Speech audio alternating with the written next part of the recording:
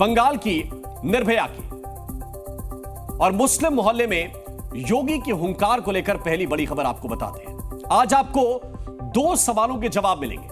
पहला, आज योगी आदित्यनाथ मुस्लिम मोहल्ले में क्यों गए थे और वहां जाकर उन्होंने ऐसा क्या कह दिया कि दूर बैठे विरोधी झुनझुना बजाने लगे। और दूसरा बड़ा सवाल, 50 लाख भाईजान किसके टारगेट पर है। ये दोनों सवाल बड़े हैं और आज की बड़ी खबर से जुड़े भी हैं। लेकिन आज की इस बड़ी खबर की शुरुआत उस वीडियो से करना जरूरी है जिसका जिक्र आज योगी आदित्यनाथ ने किया है। कैसे दंगे भड़काए जाते हैं। दंगे भी उस दिन भड़काने का साजिश होता है जिस दिन महामहिम राष्ट्रपति जो इसी माटी के सपूत हैं, वे जब कानपुर की धरती पर आए थे उस दिन कांग्रेस समाजवादी पार्टी का विधायक इसी सीसा मऊ को कानपुर को दंगों की आग में झोंकने का साजिश रचता है।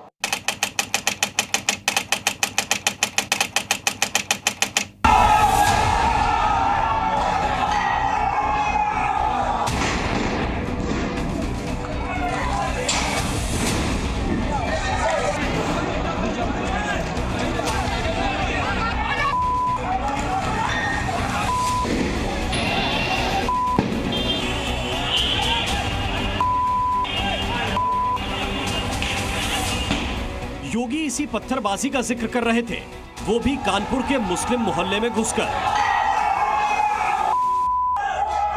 योगी इसी हिंसा के बारे में बात कर रहे थे, वो भी कानपुर के मुस्लिम बहुल इलाके में आकर।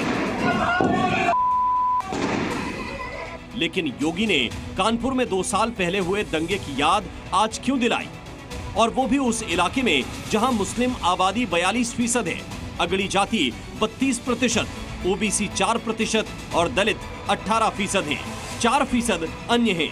ये जगह है सीसामऊ, जो एक विधानसभा क्षेत्र है और यहाँ उपचुनाव होने वाला है।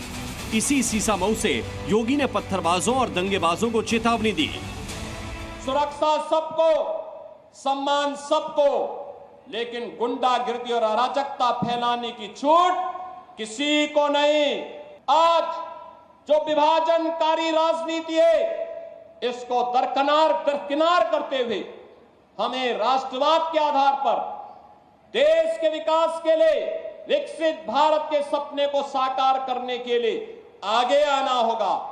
कानपुर में 78% हिंदू हैं और करीब 20% मुसलमान, लेकिन सीसामऊ में नंबर अलग है।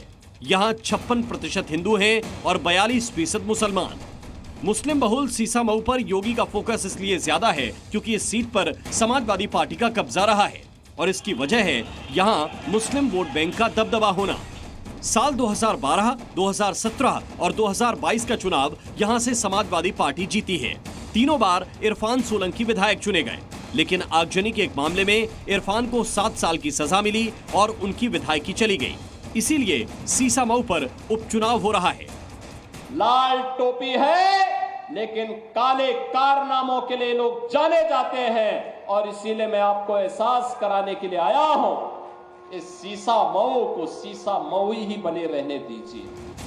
कानपुर में करीब 750 करोड़ की परियोजनाओं का शिलान्यास करने के बाद योगी ने समाजवादी पार्टी पर 3 नए मॉडल के जरिए हमला बोला। आपने भी इसके चरित्र को देखा है अयोध्या के अंदर, कैसे समाजवादी पार्टी का एक नेता वहां पर एक निषाद बेटी के इज्जत के साथ खिलवाड़ करता है और समाजवादी पार्टी के मुखिया बेशर्मी के साथ उस बेशर्म के खिलाफ कार्रवाई करने की बजाय उसका समर्थन करते हुए दिखाई दे रहे थे।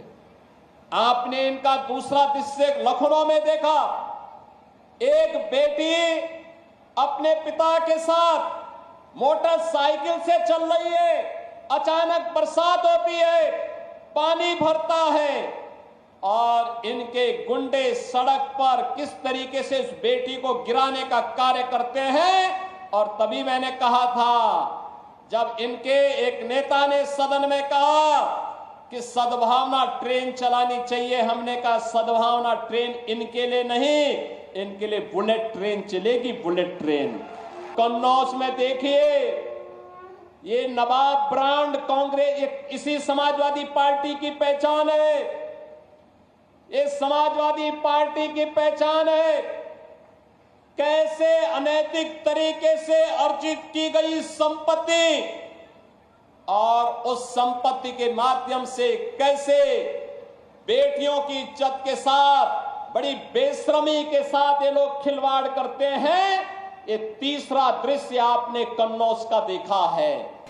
योगी के चुनावी हमले के बीच कानपुर में समाजवादी पार्टी के विधायक अमिताभ वाजपेयी को नजरबंद करने की खबर आई। विधायक के घर के बाहर पुलिस वालों का घेरा था और अंदर एमएलए साहब कार्यकर्ताओं के साथ झुंझुना बजा रहे थे। लेकिन जनता क्या कह रही है? सीसामऊ में चुनावी हवा किस तरफ चल रही है?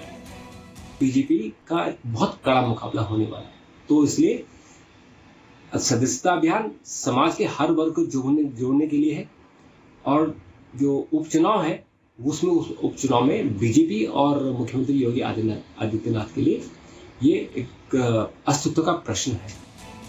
अब सवाल है कि चुनावी हमलों के बीच क्या योगी मुस्लिम दबदबे वाली सीट पर बीजेपी को जीत दिला पाएंगे? ब्यूरो रिपोर्ट, जी मीडिया। जी न्यूज़।